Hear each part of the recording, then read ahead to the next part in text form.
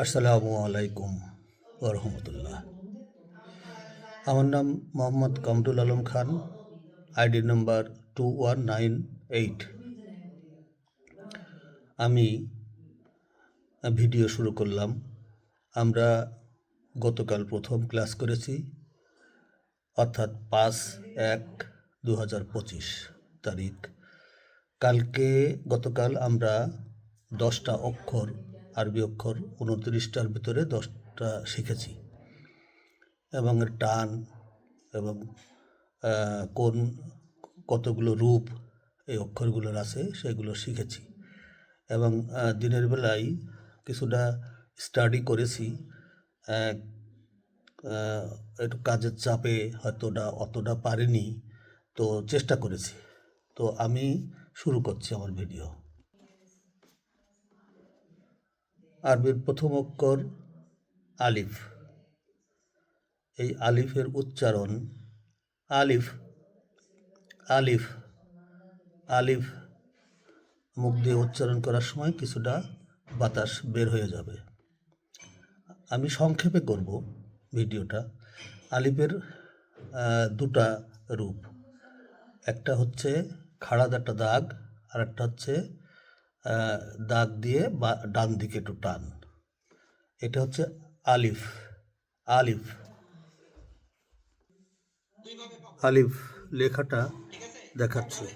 হলো কোন অক্ষরের সাথে মিলিত হয়ে এভাবে আসবে, অর্থাৎ এইদিকে আরো অক্ষরের সাথে। এরপরে অক্ষর হলো বা। বা বা বা অক্ষর এর নিচে একটা নুক্তা থাকে। এটা তিনভাবে কোরআন শরীফে তিনভাবে আসবে। প্রথম হচ্ছে একটা দাগ দিয়ে বা পাশে দাগ। আমি লিখে দেখাচ্ছি। উচ্চারণটা হবে বা বা বা।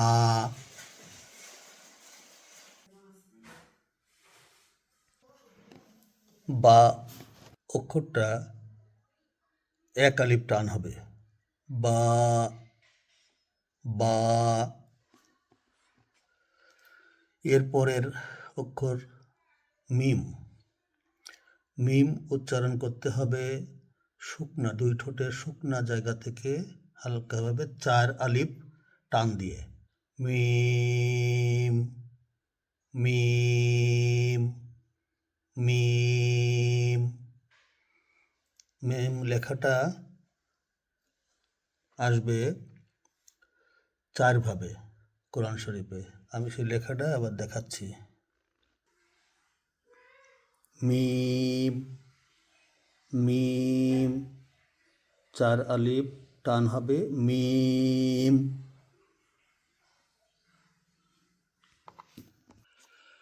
এরপরের অক্ষর তা। তা উচ্চারণ করার আগে সামনের 2 দাঁতের ওখানে জিভে রেখে সিম্পলভাবে এক আলিফ টেনে উচ্চারণ করতে হবে। তা তা তা তা তা। এবার ত। ত এক আলিফ উচ্চারণ হবে। জিভে দাঁতের সামনের দাঁতের কাছে নিয়ে যে ত ত ত ত তিনভাবে আসে। প্রথম এবং দ্বিতীয় তৃতীয় আমি লিখে দেখাচ্ছি।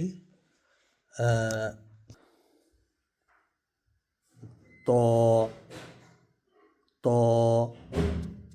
ত এক আলিফ টান হবে।